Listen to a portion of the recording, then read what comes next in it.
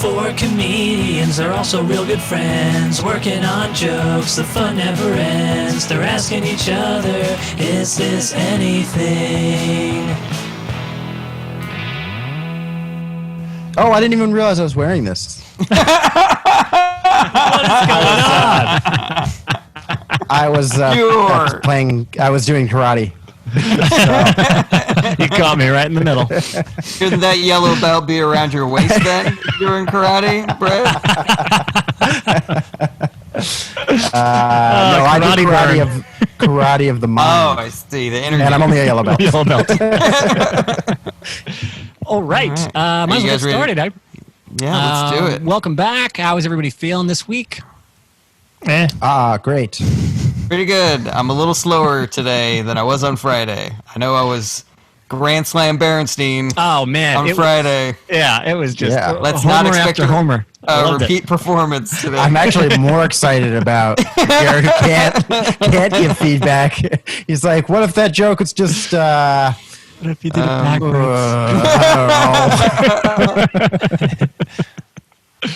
I don't know. Should we talk about... Is this wrong to talk about the news of the week that Mike Birbiglia just came out with a podcast that's exactly like ours? Mm-hmm. Just came out with it? I just saw an announcement on Instagram. It's called Working It Out. And he's got famous fucking people, because he's famous, coming on. And I think it's just because he wants to work out his material because he can't go on the road. I don't know if they're also pitching ideas or if it's him just throwing an idea out and then talking about it for a while and just shooting the shit. Damn it. It's possible. Not 100% sure. But anyway. Yeah. I maintain my position, which is that it's not the same premise because the premise of ours is us. Yeah. Yeah. And I think there are literally 1 million podcasts now, right? Or something like that. So I think that's a low ball. Yeah, they reached the 1 million mark at some point, like last year, and it doesn't matter. Nothing matters. They're all so good. They're all so good, guys. It's like, how are we Have you supposed to checked out 1,100,278? Because that one's good. That was pretty. I liked them when they first got started. It's a little, I don't know, a little boring now. I feel like they don't have anything else to talk about. You guys ready to do some bits? I'm ready to do some bits. Jarret. Yeah. For those of you who don't know, Jarret's got a very highly sophisticated system where he discovers before the show starts who is going to go first, what the order is going to be. So, Jarret, I can't get into the science and math of it right now, but could you tell us who is going to? What's the order today? The order today, and before I just love that intro of Rob. I think that is a solid intro for the random order generator, the jar machine. This week we got Rob, Jarret, Anthony, Brett. Whoa. Okay. Wow. Nice. I'm first. All right. Let us kick these festivities off then. I will start with a non-bit, but just a thing I noticed today. I've been eating regular, just non-fat, plain Greek yogurt. Nothing added in there. And I just decided today to mix strawberry protein powder in it. So now it tastes terrible for an entirely different reason. Not even close to the same awful that I was experiencing before. Now I'm just like, strawberry though. Okay, I had this is a new idea based around Confederate statues. I think, personally, that we should keep the Confederate statues up. And then around it, we should make statues of other people tearing it down. I think that would preserve the history of now.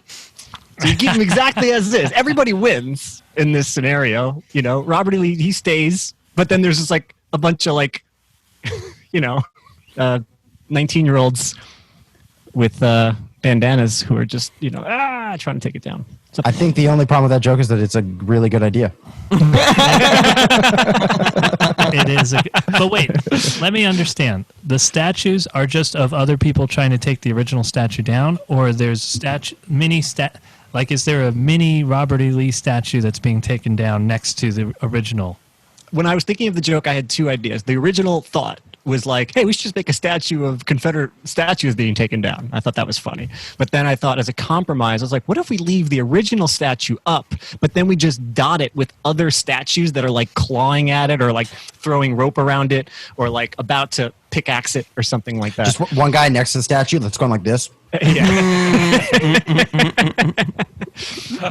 And I agree with you, Brett. I think it is a good idea. And that guy should have a can of Natty Light and a car on cinder blocks on his lawn. I was also thinking that a fun thing to add would be how those statues got up in the first place. Like maybe you could also have a statue of a bunch of white supremacists putting those statues up in the 1950s or something, or 1920s when they went up.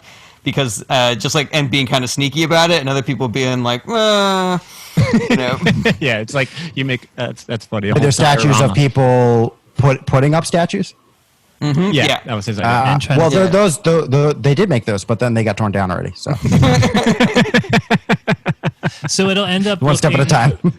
It'll look like the image of evolution. It'll be like statues throughout time.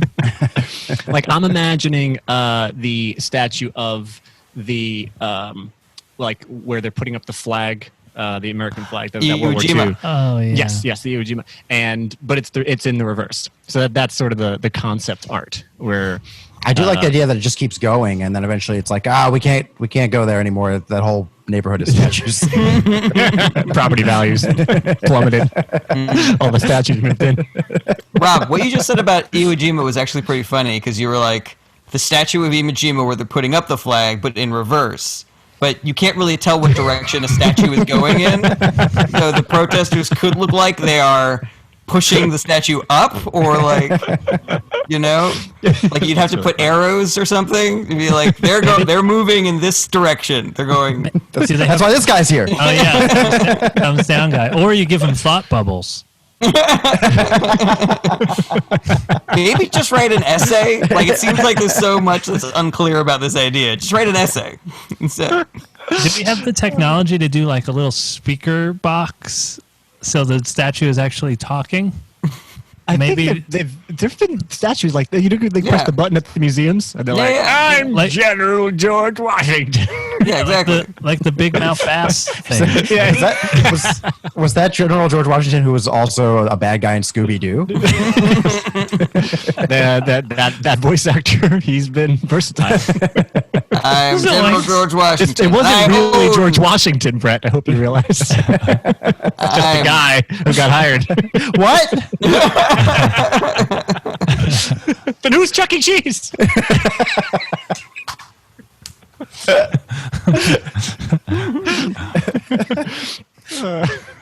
That's all very funny. I like that a lot. I do like the idea of it getting needlessly complicated, filled with more and more people. I thought it might be fun to get more and more specific about what the protesters actually looked like, just to give specifics to what those statues would be exactly.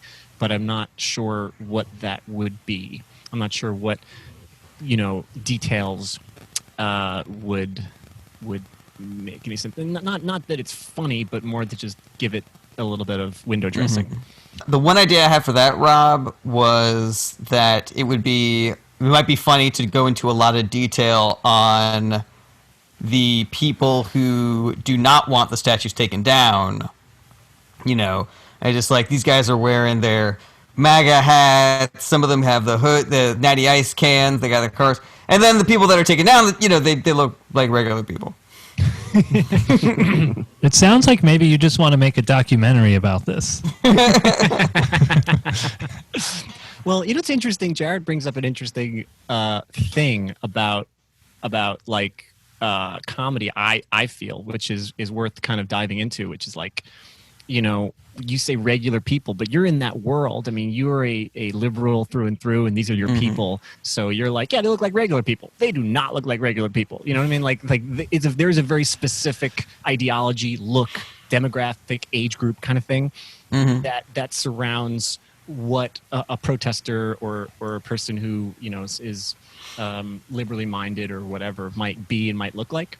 And when I'm trying to frame my jokes as best as I can, I want to try to, keep that perspective in mind a little bit. Something along those. That's what I'm. Yeah, you That's postal fair. elitist. That's fair. I was just thinking like it might be a funny way to pretend that bias doesn't exist. Okay. You know? Yeah. So Yeah, like if I might that's the do joke. that where I have all this other material where I call myself a liberal and I talk about how progressive my politics are. Gotcha. You know, and then if I were to do that joke, I would go, these guys, these idiots with their fucking things. see. Yeah, and then the protesters, they just look like regular people because, because we're awesome and we're normal. yeah, all because right. we're the regular ones. We're normal. We're not crazy. They're crazy. Cool. Thank you for that. All right. So I was mentioning how last time I was pitching some ideas that are related to my one-man show.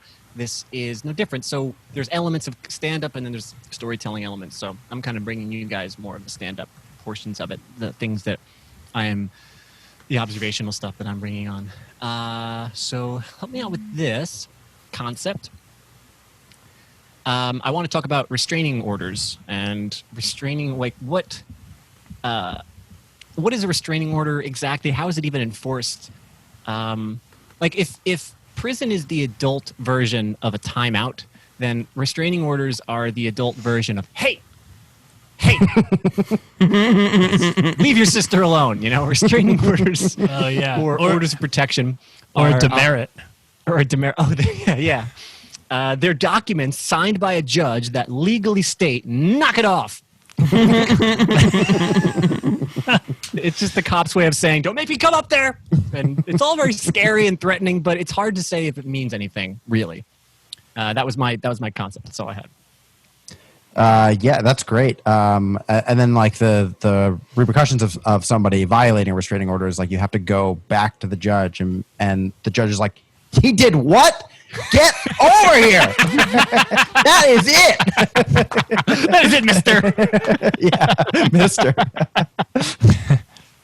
I don't know. That's I don't know if this fits or not, but I do think the idea is funny. Of if you violate the restraining order, you then have to go back to court, and the person that had the restraining order against you also has to be there, and so you get to see that person and be close to them again. So it's kind of a win-win.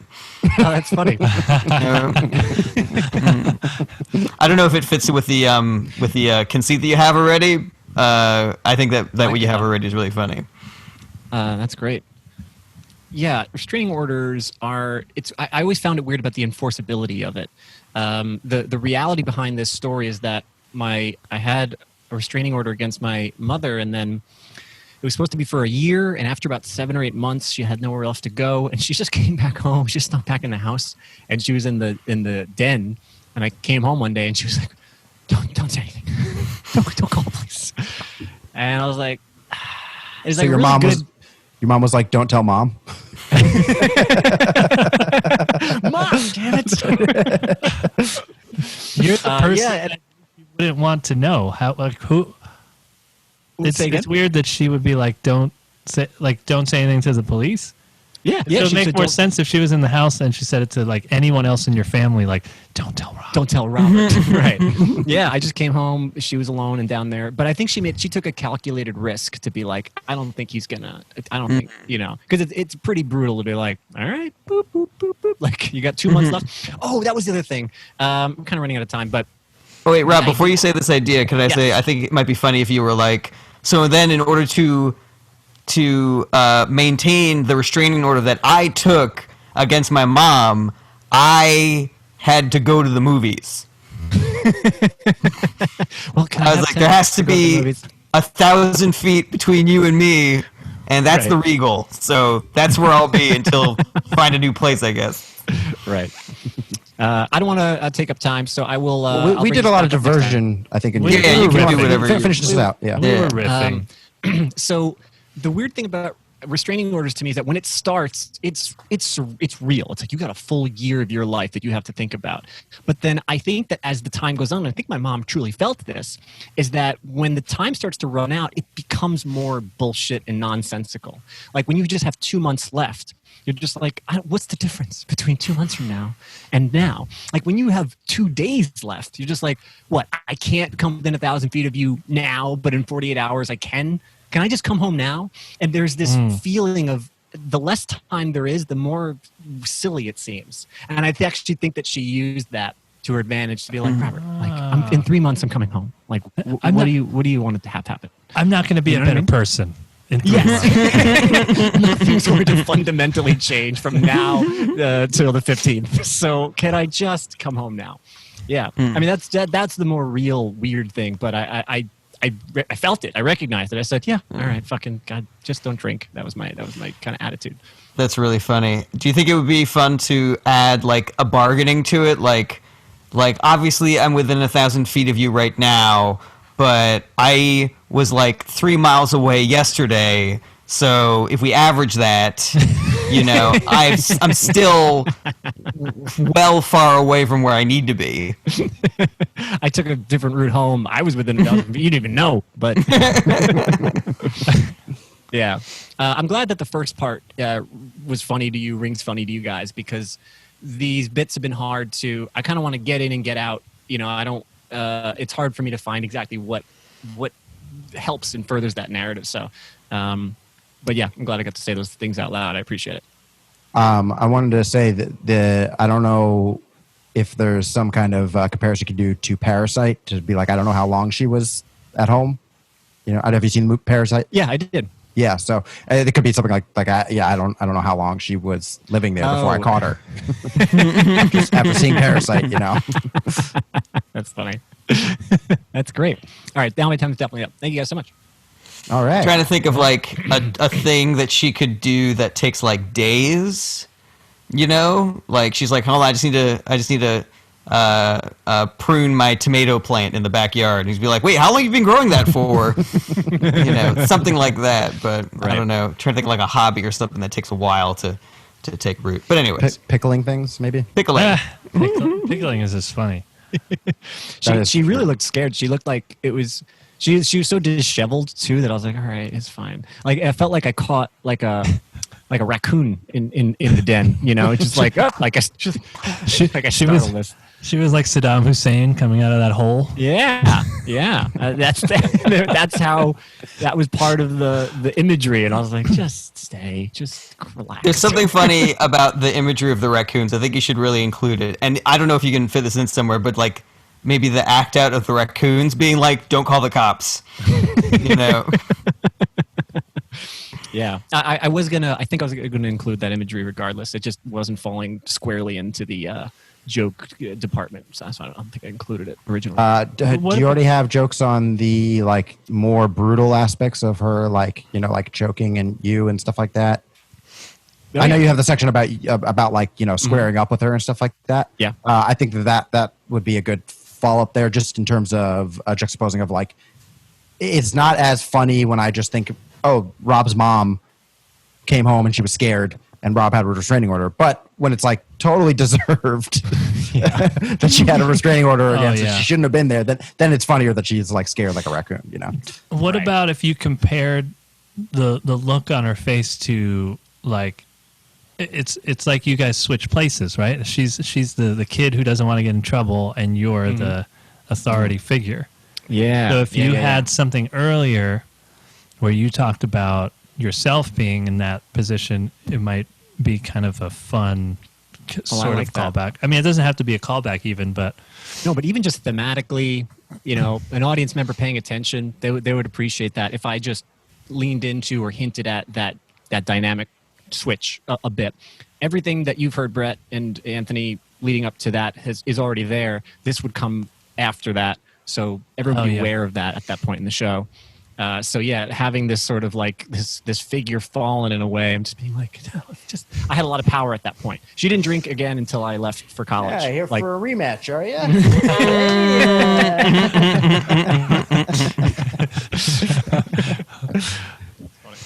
Cool. Thank you, guys. All right. You guys ready to move on? Yeah. No, I want to do Rob again. All right. So I have this sort of longer bit that I'm going to read the whole thing through, and then we'll go back and do the chunks. And there's a part in the very beginning that I'm assuming some sort of audience interaction, so just assume that is happening. All right, guys? Okay. Got it. Okay. I was reading about ASMR. ASMR is where you're really into like soft sounds, like whispering or moving sand or raking leaves. And people will listen to this stuff for hours. Is there anybody here that's super into ASMR? Yeah. So you're just like, Quite a bit. you're super into whispers. This is really fucking doing it for you right now. You're just like so fucking hard listening to this right now. I have an ASMR thing, but it's not soft sounds. It's really intense Boston accents. I don't know why, but I find Boston accents very calming, which does not make sense because if you're hearing that kind of Boston accent, you're probably going to be in a fight soon. But I do find it very soothing. Like my ASMR is just like the movie Good Will Hunting and The Town played on repeat. If I could snap my fingers and make everybody in the world have a Boston accent, I would. That's what I would do if I had the Infinity Stones. I would be like a weird New England Thanos. I would snap my fingers and suddenly people in India would be named Marty and would love the socks. I can't do a Boston accent myself, which is extremely frustrating that I can't make the noise that I love. I can't create that enjoyment in myself. I'm like a super horny T-Rex because as we all know, a T-Rex has very short arms and can't reach his genitals to masturbate, so it's frustrating in the exact same way for me not being able to do a Boston accent. There was a movie called Deep Blue Sea about scientists who grew shark brains and made them super intelligent, and then the super intelligent sharks killed everybody. And the reason why I bring that up is because the only Boston accent that I can do is someone from Boston watching the movie The Deep Blue Sea and being like, shouldn't have made the Shaq's mat. Shouldn't have made the Shaq's mat. Okay, that's my chunk. It's bananas. I understand. I'm missing some in the beginning. I'm not. It's to me. I'm not sure whether this is fabricated. I'm not convinced that you really love this accent in the beginning, and so that for the rest of it hurts some of the punchlines for me. So I need you to sell that to me explain to me, justify it in some way. Gotcha. ASMR. I am so hard right now. I also would love to hear you try and do a Boston accent and fail. Yeah. I mean, that's just going to be painful for me. I know, but that's like you'd be like, oh, I got to go park the car. Damn it. You'll like turn Irish or something. Yeah. We had New England Thanos. I don't know. Is it really an accent you love?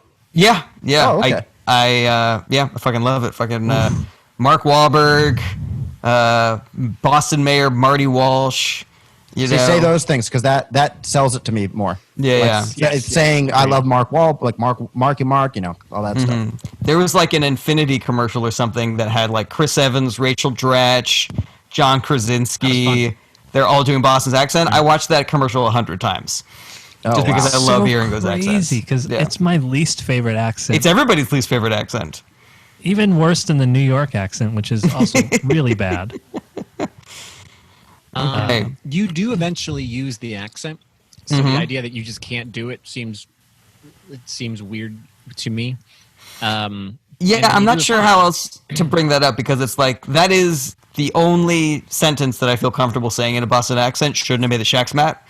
Well, if you maybe tweak this a little bit to say that you used to not be able to, but you loved it so much that you wanted to learn, and so this is how you learned. You started with imagining yourself watching Deep Blue Sea, or maybe that was like the eureka moment where you were like, oh, because when people are trying to do accents, actors are trying to do accents, right? They usually have like a phrase that they kind of use to get themselves into that mode, whether it's practica or something like that, and they say that, okay, practica, and then they kind of get into it. But yours isn't practica. Yours is shouldn't have made the Shaq's mat. Shouldn't have made the Shaq's mat. I think that this whole bit should be a Moth storytelling thing, and the end of it should be you actually being able to say something. Yeah. In the Boston accent. It's like, I finally watched The Deep Blue Sea.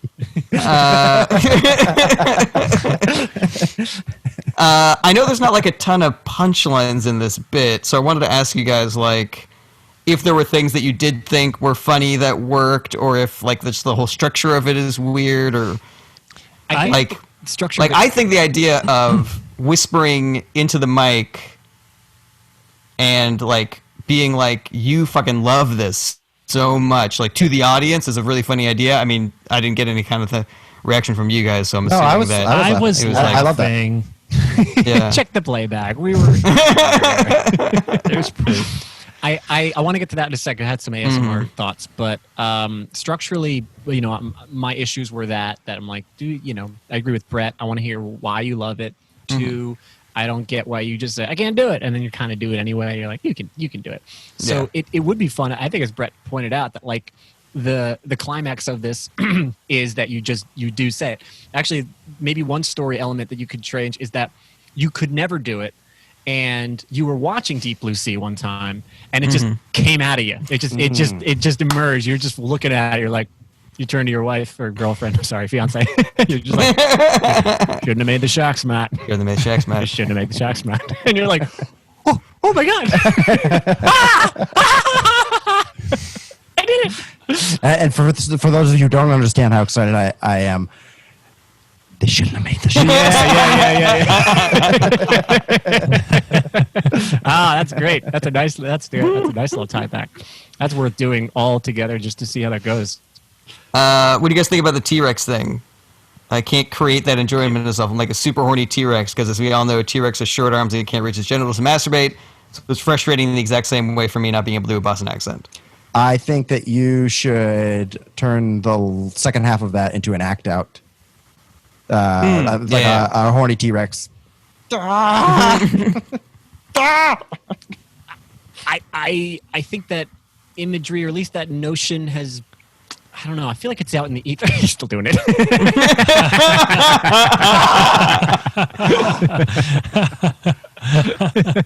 I finally got it, but my claws are so sharp. Why did I want to do this? It's so much more painful than I thought. All of Brett's 15 minutes is just doing that act out. Or I was thinking about this, guys. We think about it. T-Rex the only sexy thing they could do is the nipple thing. Well, they can also spit on their hands, but they can't do anything after. But that's just the first like part. this? You like this? That's not. That's not even the meat and potatoes. That is just turning the oven on. It's really good at flashing. Oh, now what?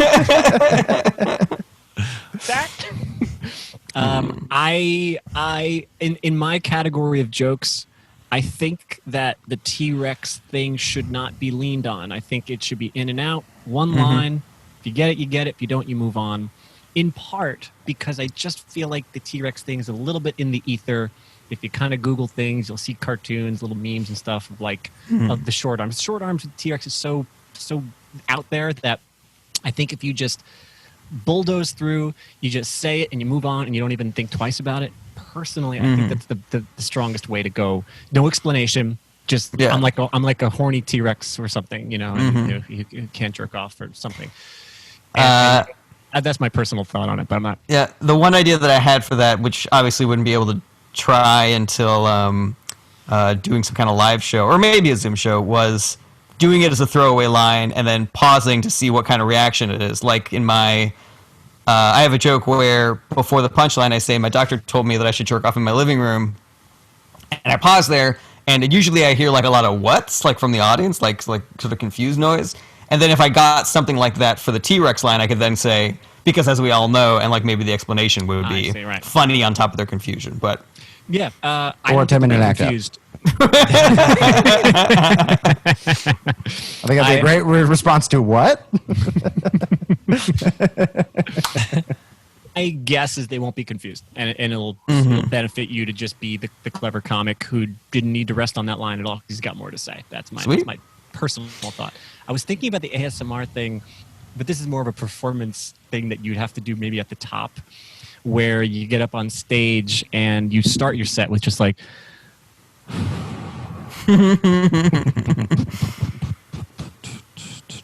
And then you're just like, I'm sorry, I'm just I'm an ASMR comic. So this will be the next 20 minutes of my set. It's a really good way to filter who knows what that term means at the top of the set. That's true too. I'm not sure what the population is thinking now, but I think ASMR has kind of hit the mainstream. What does ASMR stand for? Audio sensory something. It may be funny to be like, and now I know which one of you in the audience know what ASMR is, because the ones that know are either laughing or have boners. Smart. And I finished, and I came. What does ASMR stand for? Yeah, good question. Google it real quick. To know for you have a machine for that, Jarret? I do. Beep, boop, beep, boop, boop, boop, boop, boop, boop. Oh, so the A does not stand for auditory. It stands for autonomous sensory meridian response. I don't like that. It's referring to the thing that's going on in your brain, not the sounds themselves. I'm sorry. Was that you, Rob? Did you say I don't like that? No, that was Anthony. Said. That was me. I said I don't like that. I don't like that. I don't know. There's something so adorable about just like, hey, what does NASA stand for? Oh, it's a. National I don't like that. Administration. I don't like that. I don't like that. No thanks. Laser stand for. Hey, what does that mean? Do you want to change the name? Do you want to change what the letters stand for? Do you not Try want? again, Jarret. Do you not like much clip ASMR can he because get? of this now? I used to love whispering, but then I found out what it stood for, and now I'm like, no. It's not for me. It's not. There may be, anytime there's an acronym, there's room to play with it in the bit. So there may be an acronym you can create that is the equivalent of wanting loving a Boston accent. Oh, I like Ooh, that. that's funny. Oh, I like that yeah, that's idea. cool. Yeah. I do like that. Like ASMR.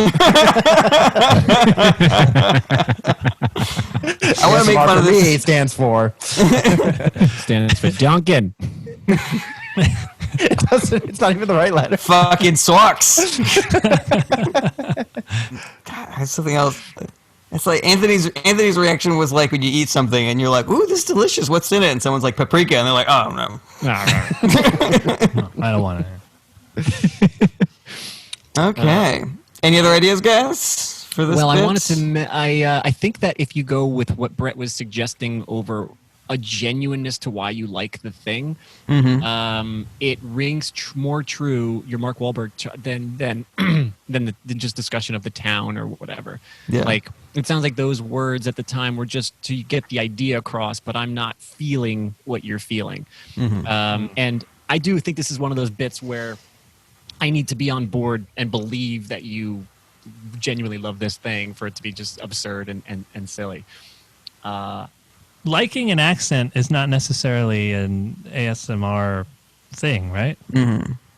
So, to me, Yeah, no. it sort So of I felt guess I have to sell like the reaction that I get to the Boston Yeah. accent is the Right. same. It's calming. Yeah. It's soothing. It fills me with, what do you call it? Like waves that come down from the top of my head. because I feel Platonic like Might be you could have. interesting. I felt like you could have Sorry, started the bit a little later without the ASMR thing could have been even kind of separate, even if it was the next bit. Even if the Boston thing was the next bit, it kind of felt like separate ideas to me. If you if something that is weird to you or weird to everybody that calms you, like if you were like honestly like I could watch a YouTube video of a drunken racist rant from a Sox fan, and that would just lull me to sleep at night. Like That's that. good. I like that. Something that just like what that would be terrible, but because you hear that voice, I'm just trying to think of other prominent places that you would hear that voice, but also in a completely negative context. Because I think what you're saying. Is Wrigley Field in Boston? That's Chicago. Chicago? Where's the Green Giant? Is that in Boston? That's Green Monster, Minnesota, yeah. I think. Green Monster? Green Yeah. Monster? Is there like a famous field in Um, Boston? A famous baseball stadium or something? Yeah, Yeah. Boston. I Yeah. don't know what it's called. I saw a baseball game at blah blah blah, and I was basically on Molly the entire time. That's funny. Yeah, Something like that. I know what it's called. It's called something. I don't think it's like. I think it's one of the few. Fenway. God damn it. Fenway. It's one of the ones I was like, it didn't get renamed by a Fenway. bank. It's. I think it's still the name. Fenway. Yeah. This. I wish I could help more, but this might be something you might have to feel out with the crowd a bit more. But I do like that. I like you really getting into just how much you'd enjoy it, and I do think that is true. That making the switch to be like, no, the way you react to that, I react to this. But Anthony, you were saying that you think that it would be savvy to do like a chunk about ASMR jokes, and then like later on in the set go into the Boston accent thing. Is that what you were saying? Yeah, I mean, or even if the Boston thing was directly after, it just felt like slightly, like it didn't necessarily have to be part of the ASMR concept, because you could have skipped it and just been like, I love that accent, but I can't do it, and then you talk about the movie. It feels so intimately connected to the ASMR bit because I feel like that's the easiest way for me to communicate the soothing quality that I find in the Boston accent.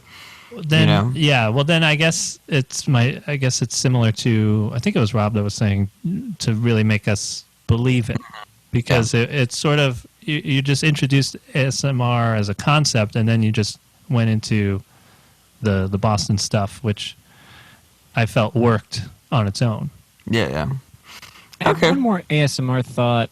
In the explanation of it, it can be a bunch of different types of sounds. It can be, crumpling of paper or something like that. And if you're able to make enough sounds that would peg you as like a lazy slob of a person, you find out that you're actually really good at it. And you're like, if you just like crumple chips and just kind of crush them, from a bag. Apparently, if you're just like opening up little, bottles of beer, then apparently I'm really good at ASMR or something along those lines. Where you're just like, I've been doing that. I've been preparing for this my whole like, life. you see that? You see that, guys? Yeah. That's 10 million views on YouTube. Yeah, right. Right there, guys. Just Right. okay. Anyway, Yeah. that was one thought. Unless you guys had any other ideas, I'm now well over 15 minutes, I think. Okay. Awesome. You're at 19. That was a really great job, man. I appreciate you. In a Boston accent, please, Rob. Really great job. That was a great job. You wicked smart. Oh, you just You were good smart. That's funny. All right. Anthony's up now. Oh, it's my turn. Okay, let me get the timer going. Before we started, somebody said something about tech support, and I thought of emotional tech support, and I wanted to say it. That's funny. So I'm saying it now. Emotional tech support. Okay. Let's see. I don't have a lot, but I have a couple. I can't start my computer. How does that make you feel? Well, I'm angry. I can't get into all my files are deleted. I know exactly how that feels. I'm here for you. feels. I'm here for you during this Do you time. think this might be related to your motherboard? That's I great. lost a journal once, and it was terrible. That sense of loss, That's great. Roll with that. Motherboard. This is the 15 minutes now, Anthony. We're rolling with this joke. This is a funny idea. It's so good. The Emotional tech motherboard support. thing. Motherboard, yeah. Fuck, that was good. That was so good. Let's keep talking about it. Let's not get off this pony, unless you want to. But I want to keep playing in this for a minute. Okay. Yeah, when I hear It's your joke, emotional I don't care. support, it's normally a group, right? Emotional support group, and then we're putting tech in that. So I feel like that's a good. Oh, I was thinking went- like support animal, like a emotional support. Okay. Dog, like everyone's doing that now, signing up their dogs to be emotional support. I made it a therapy session.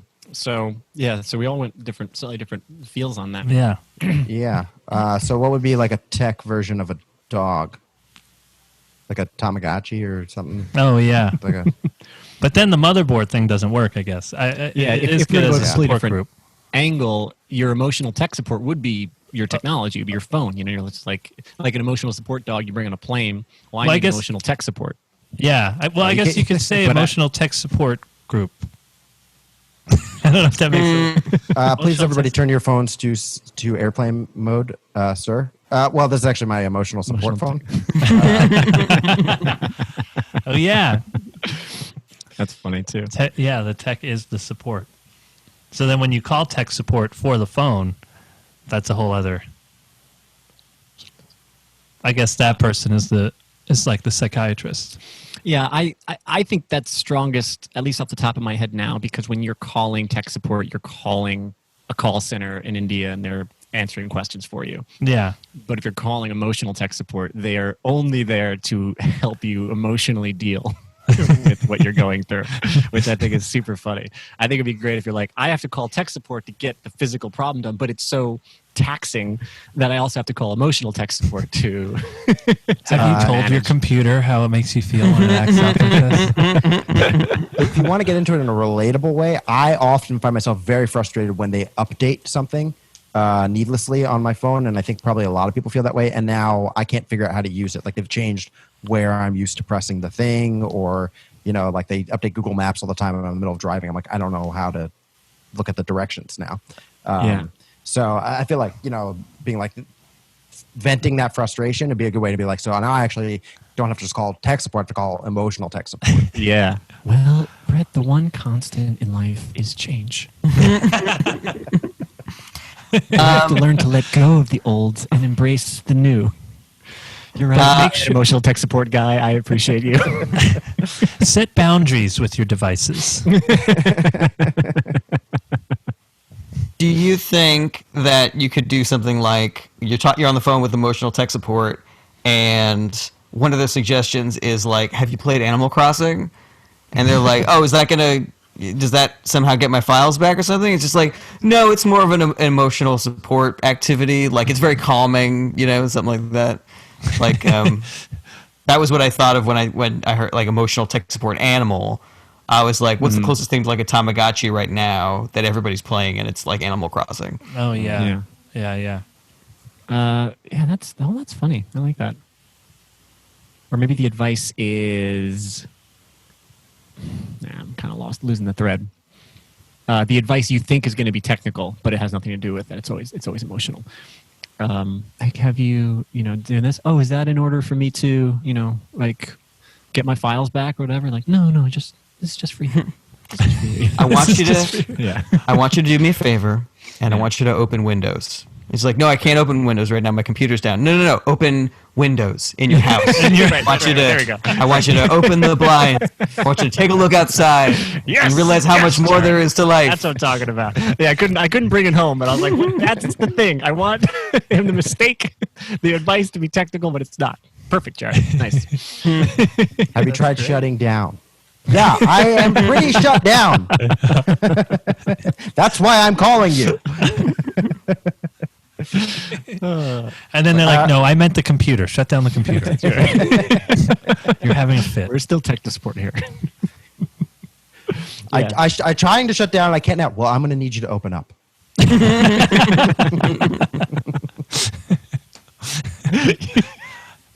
Is it like a three-way call with a therapist and so you don't even know where the advice is coming from? Open up. What do you? I don't know. Three-way. What do you mean open up? Who said that? Anthony, you're shutting down. I'm not. Yeah, I get so frustrated with my tech support guy that I have to call my therapist in order to be able to handle it. That's great. I like the idea of a three-way call. Here's another idea. My computer's doing like a weird glitchy thing, and it's like pausing every now and again. And it's like, okay, so my first recommendation is that you reboot. Okay, is that like Control-Alt-Delete or something? It's like, or just like get a cabin somewhere, like with some friends, just like Recharge those for the weekend, Yeah. Just unplug. Emotionally, or I don't know. You would stop saying phrases that apply to both things. There are a lot of those we're discovering right now. Yeah, who knew? Stop it. Unplug, reboot, open up, Shut down. shut down. The motherboard thing, can't forget that. That's one of my favorites. Rob, I can't hear you. Oh no. Oh, now Now you're we can back. hear you. You're No. back. You just have to empty your wastebasket. There's too many. You have too many windows open in your mind. It's just stupid. How's your memory these days? Is it affecting your memory? Are the memories too much for you? Is that what it is? What I want you to start doing is I want you to start processing these emotions. Like, just find some kind of processor. 2.8 gigahertz would be ideal. Wait, what? What do you want me to do? That's pretty good. That's I'll not do bad. that. That is not bad. Website. Sorry, just let. Dark web. Keyboard. Vorg porn. Did anybody do pixels? Pixels? Are we doing? Yeah, I think the trick of that joke would be to not get off the rails and pick the best flow that you like. And yeah, whatever that is for you. Is this my joke? Yeah. Yeah, Oh. you said it. I want it. Oh, I thought we were just riffing. Yeah. Well, it started out, you were like, before I start, I want to start this off with something I want to say before. Yeah. Yeah. Yeah. And you said emotional tech support, and I'm like, and we emotional were tech like, support. That's great. Yeah, you guys had all the ideas. I had nothing except emotional tech support. it's the most important idea. I will I'll check that out. I'll maybe that's something I'll talk about next time. I'll see come if- back. if- Come back. Yeah, I'll come back see, with let's it. see what the order is. Yeah, we can't wait to keep writing it. I'll just put your ideas in order, and then you guys can riff on your own ideas later, and then I'll do it on stage. Remember when I said that? That was great. Well, with the way that Rob and I work, you'll tell the ideas. We'll forgot that we said them. We'll be like, those are really funny. Always living in the moment. That's good. That's a good one.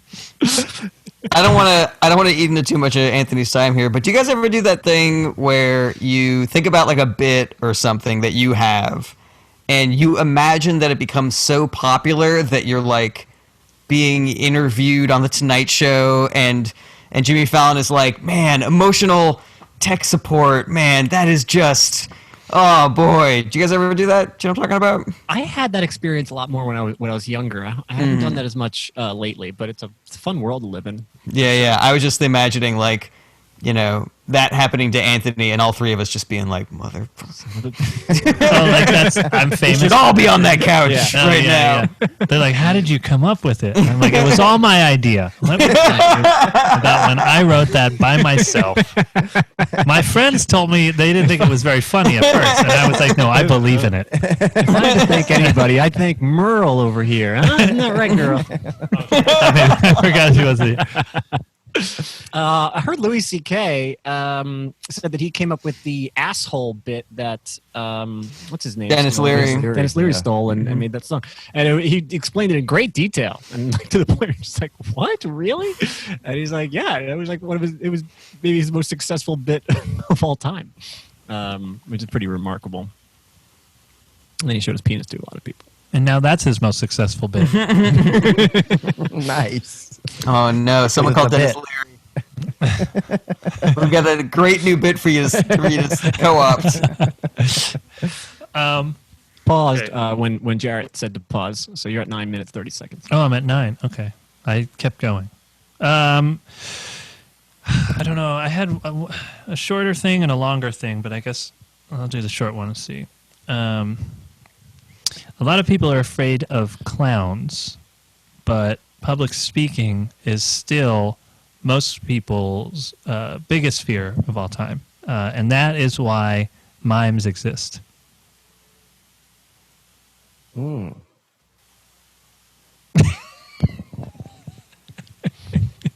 doing the math on Mimes it. exist. Okay, so because- a lot of people are afraid of clowns, but most people are still the most afraid of public speaking. So that's why mimes exist. Because because even mimes the are clowns people that don't speak. even the people that are afraid, even the people that aren't afraid of clowns are still afraid of speaking in public. So they're mimes. They're clowns that don't speak. I like this extended explanation. I think this. Yeah. Yeah, I think that something's missing in the math of it for me, the equation. I like the idea a lot. Started with mimes or clowns that don't speak. And Started then with that? We start Okay. the logic there. I don't have I the was answer. thinking about mimes. Yeah. Might as well just start it. And then you're like, but people are afraid of clowns. A lot of people are afraid of mimes. They just don't say anything about it. That's really funny. That's just funny by itself. Yeah. Because public speaking is scary. Yeah. Yeah, the one idea that I had was like, if you wanted to scare someone who is scared of clowns, but you were afraid of public speaking, then you would become a mime. Something like that. Yeah. Oh yeah, I think that makes a little bit more sense. Like, Or clowns technically are the most fearless of all creatures. yeah, Mimes creep people out, right? Mimes scare. No, God damn it! I can't think of the right. I think that mimes scare people, but mimes are scared of public speaking. No, it's just something. I'm trying to get the right combination of logic here. Do you think there's something in this? Like maybe, because people aren't scared of mimes, but mimes are just clowns that don't talk. So maybe the thing that people are scared of the most about clowns is that they can do public speaking with no fear. That they're confident public speakers. I don't know. Maybe I don't know Like either. that. But Number 2 as a side note, have you ever seen a clown just like on the bus? That's gotta be one of the all-time weirdest things. Yeah. Just That would full be terrifying. makeup, just sitting there next to regular people. Anyway, Are they on their phone? they're Are they just, on their phone? Just every reading a every book? time. Reading a book. I've always just seen them kind of just stare. Just they're like this, like. But it's the full makeup and everything. They're just like. Wait, do other people see them, Anthony? I don't think so. Nate Bargatze's dad was a clown, and he's got some clown bits for sure. Because when he was young, it's like, you ever been yelled at by a clown, like an adult clown afterward? He's not looking good either. It's all smeared and whatever. So he's got some clown bits for sure. Okay, well, I want to try this. Give it one more go. A lot of people are afraid of clowns, and a lot of people are afraid of public speaking. But if you're not afraid of clowns and you are afraid of public speaking, that's how you get a mime. Yeah. Yeah, that's the most. Or I logical wonder. yet. Dimitri Martin always comes up when I do my jokes. But he sometimes do those types of jokes where it's like something plus something equals this. That so it could maybe be that kind of format.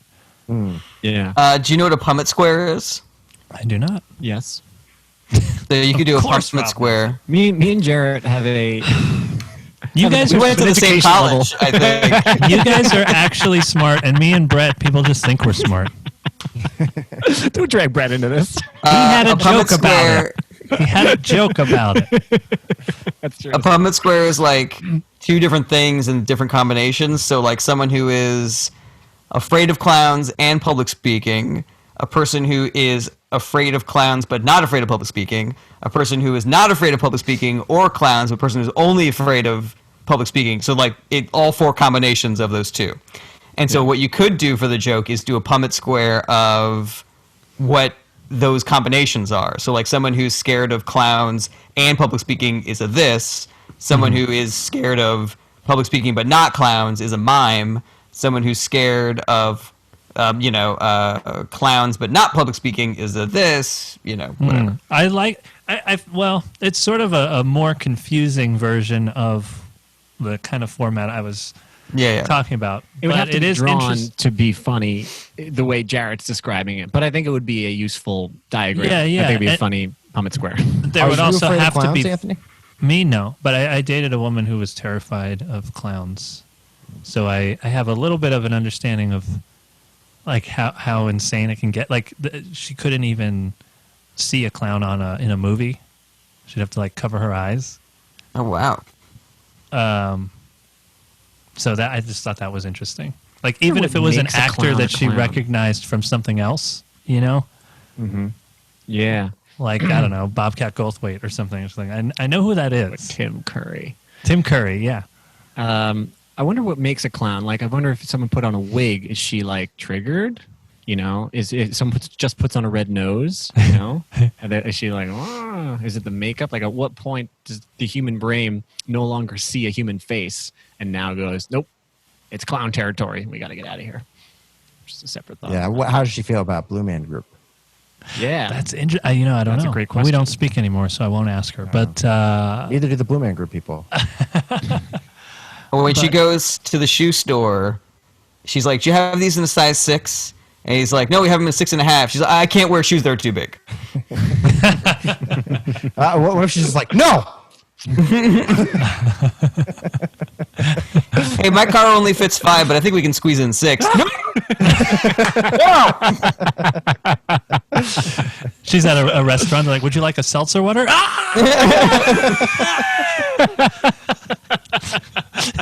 Even if it's in a glass, it doesn't matter. She walks by a floor. She's like, oh, prank shop. I'm not going in there. When she drove, she never could use the horn, just in case it went. She didn't know, just to be safe. Oh, man. Did she wear makeup? Nothing heavy. I guess so. Yeah, No bright blues or reds. pretty subtle. No, All skin tones. no foundation. I don't know.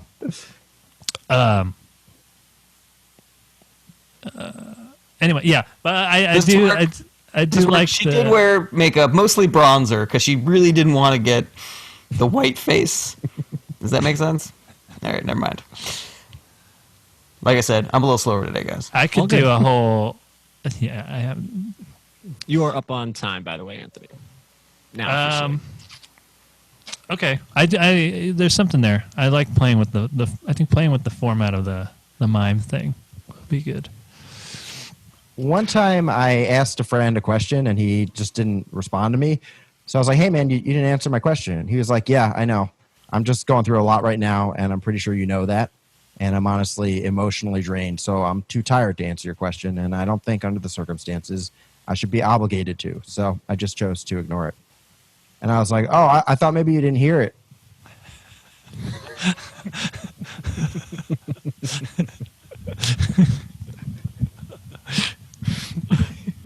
That's it. That's just the whole. Yeah.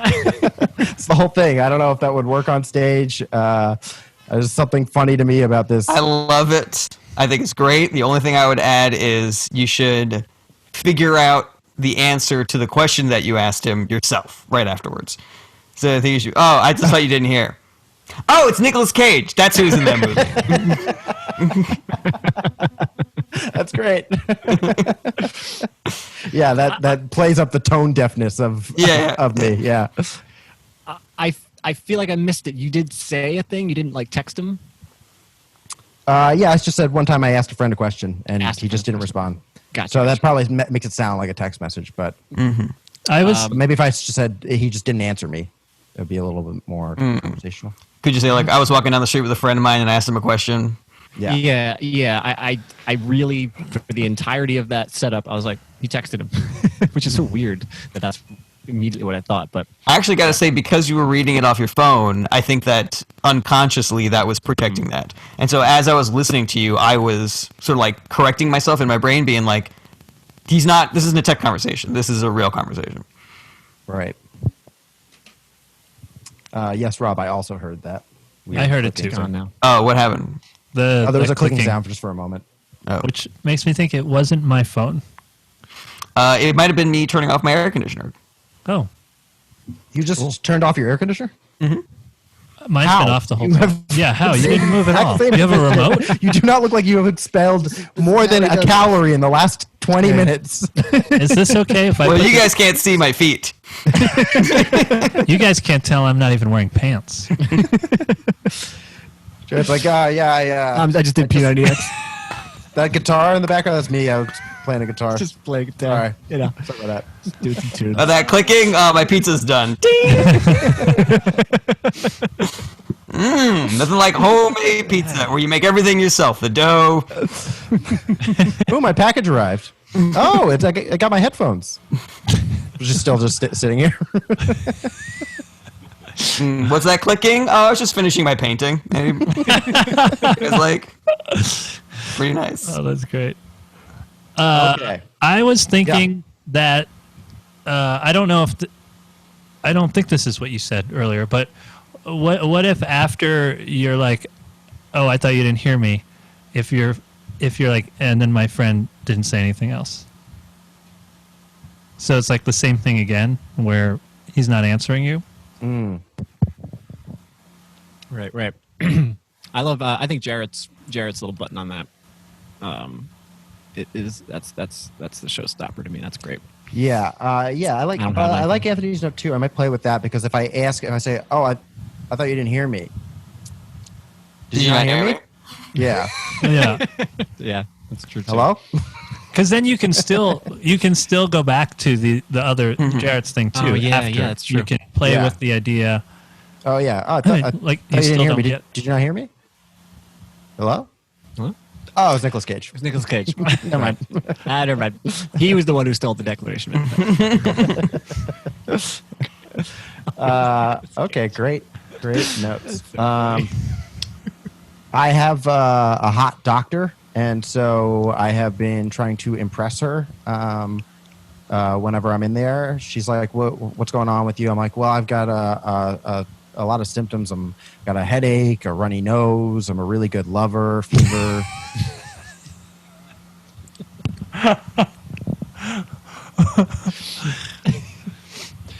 I like its non sequiturness. You know, I know it doesn't track, but I like it.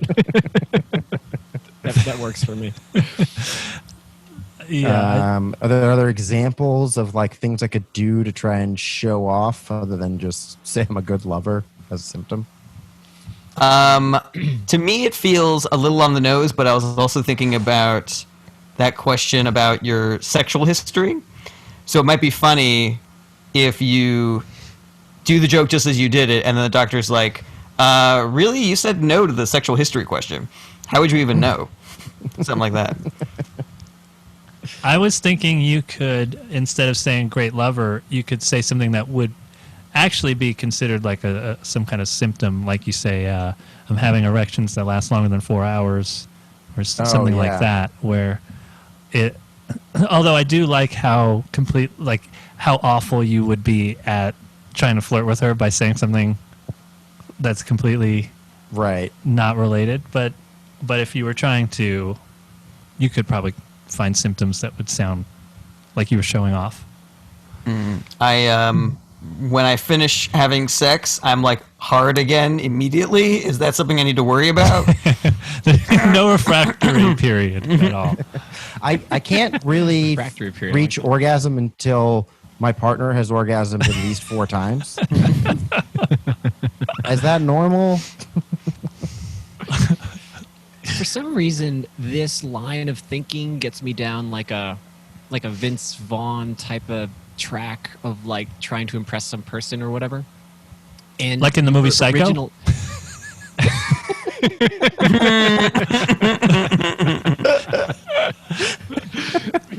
Yes.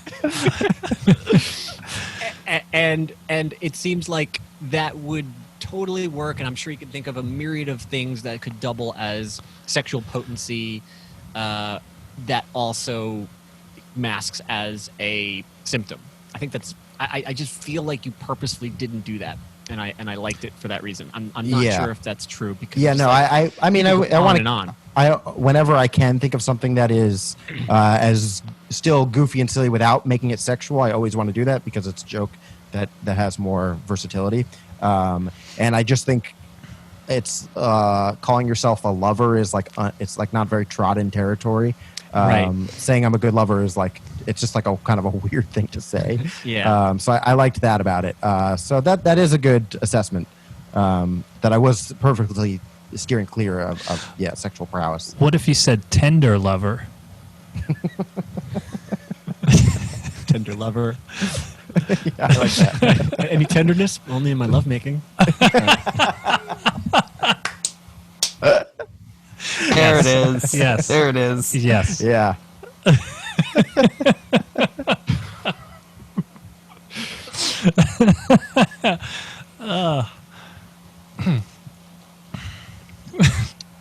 That's good. That's good. Check up. I'm like, can I? She's like, I'm just gonna listen to your heartbeat. I'm like, can I do you next? Because this again, this like falls into like Zach Morris territory almost of like because we're so used to hearing cheesy pickup lines of things. I don't know. There's something charming about complete non sequitur. So you went sick, right? That what were your other symptoms? Like cough, something. Yeah, headache, runny nose. Yeah, I'm a tender lover, yeah. and then fever. Right. I like that you're the butt of the joke, more or less. You know, it doesn't. This might be a weird way to put this, but you're not objectifying her, and you're not making her discomfort sort of that thing, or like, ooh, is he going to get it? Like, you're just not going to get it. You have failed in conception, in execution, everything. Do you think it'd be funny to add, after you say tender lover, like a symptom that is decidedly not sexy Rash. in order to deflate it even more, like a rash or hemorrhoids? Anal fissures. Probably got room for one more. What am I at on time? You're coming under 10 minutes. Okay, great. So this is a very, very loose idea. I'm not sure what is funny about it, so I'm going to start. I'm writing punchline first, basically. The idea that the funny thing to me is getting into S&M and then saying "shoot me, daddy," and it's something about like I don't know. I couldn't do S&M because I couldn't go. I would go too far, or like I just don't understand the dynamics of it. Like at what point is it too much? But I think the idea of "shoot me, daddy" is just funny.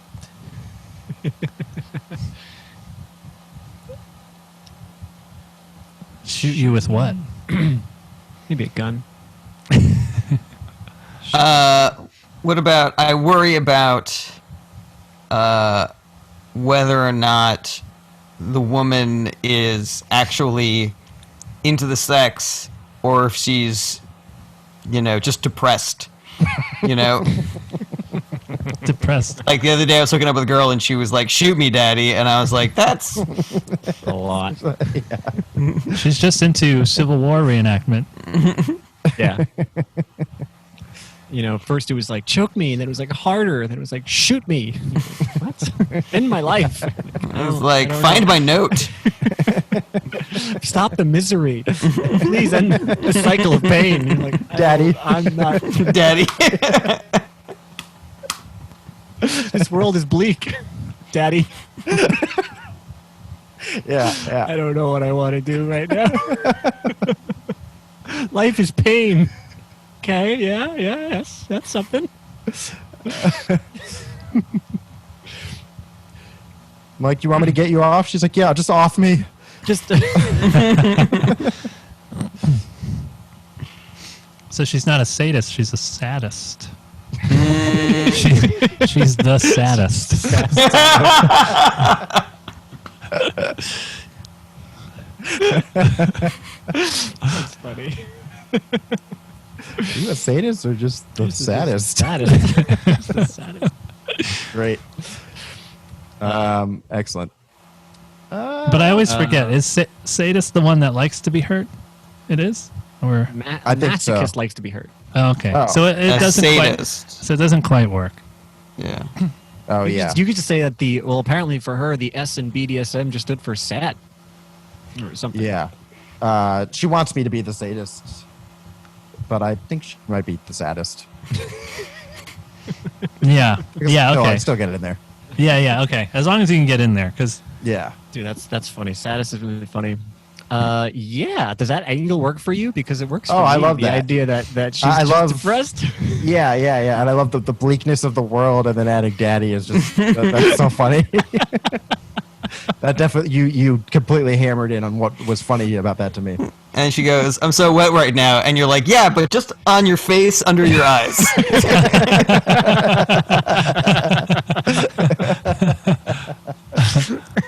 Yeah, I'll have to be that's careful good. with it because I don't want to kink shame. That's true. But if I can make it into a specific scenario, Yeah. that could be great. There's also that wide swath of people who are suicidal. But yeah, the kink shaming, you should worry about that. oh shit, I love that. we wouldn't want people who are into whips to get sad. Yeah, well, but with the suicide wasn't the premise. No. It Just turned it was into just it immediately. Well, I'm but shoot not me. worried about affecting sad people. Depressed people who say shoot me, Yeah. suicide is you can imply suicide. That's funny. That's great. Do you have anything more? Do I still have some time? You got a minute. Throw something in there. I also had. Well, that's too long. To We go were on to top of that. our shit today, so we started early. On time. There is something that I can't. There's a certain level of.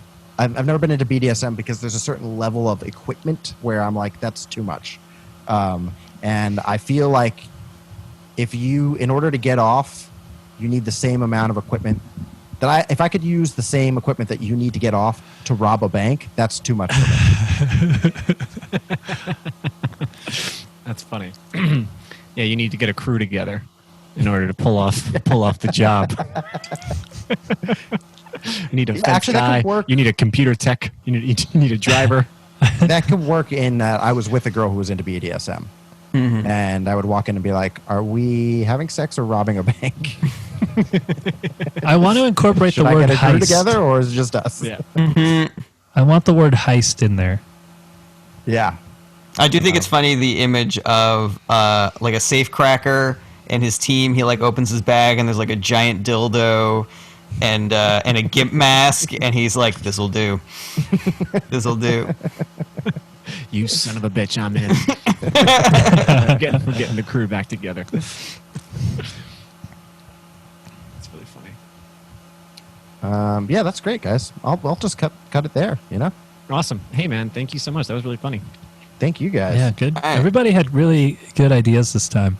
I was really Yeah. impressed. What I Wow. liked about Okay, today... Anthony. I am standing up for every other session that we've had.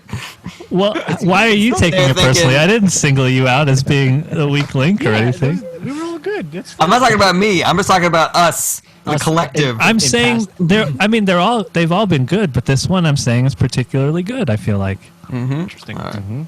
Thank you guys so much for listening and watching. Remember, we're here every week, so please don't forget to like, share, subscribe, follow.